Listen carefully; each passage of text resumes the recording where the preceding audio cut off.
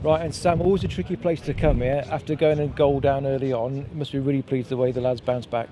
Yeah, I think that's 2 games on a bounce now that we've grinded results out, and it's a testament to the lads. I think there was questions asked of us of whether we can see games out after the Exeter game and previous games and always conceding late on.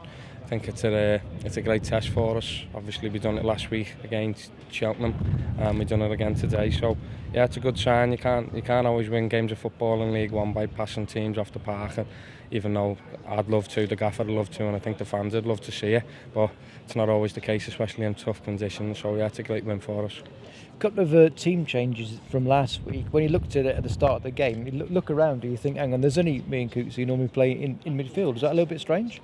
No, not really, because as the gaffer probably says all the time, it's about the squad that's gonna achieve great things at this football club. But everyone who comes in off the bench, and it's a testament to the lads who haven't been playing, who come in and put a great shift into for the team. And I think you're seeing that today. The lads who come off the bench, everyone had a role to play, and I thought he's done that brilliantly. Yeah. And you were here obviously last year, and we did fantastic things. The new players who've come in, they're starting to feel that momentum. Yeah. I think they will. Yeah, I think they will. The gaffer goes on about it all the time. Last year's gone. Obviously, it was great for the football club and it was great for the lads that are here. But you can't keep dwelling on last year. Last year's gone.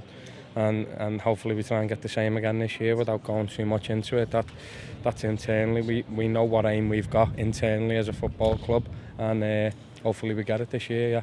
Final question on you personally, Sam. I had a couple of games out recently injured. Did you find it a little bit tricky getting back to the pace of things?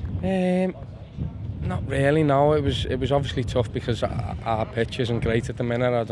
Obviously the ground staff are unbelievable. Last season the pitch was brilliant, and I'm sure they know themselves that the pitch isn't up to standard. So that was the only real thing with it being a little bit heavy on the legs once I've come back from injury. But no, I seem to settle back in quite quickly, and I've got great players around me that'll help me. Even if I'm blowing in the last 5-10 minutes, I've got great players around me that know how to win games and see games out with the experience that we've got in the middle of the pitch, especially with Cootie in there, the skipper. So no, not really. I've been in the game long enough to know when to come back into the games and what to do and how to see games out. So no, not really, no.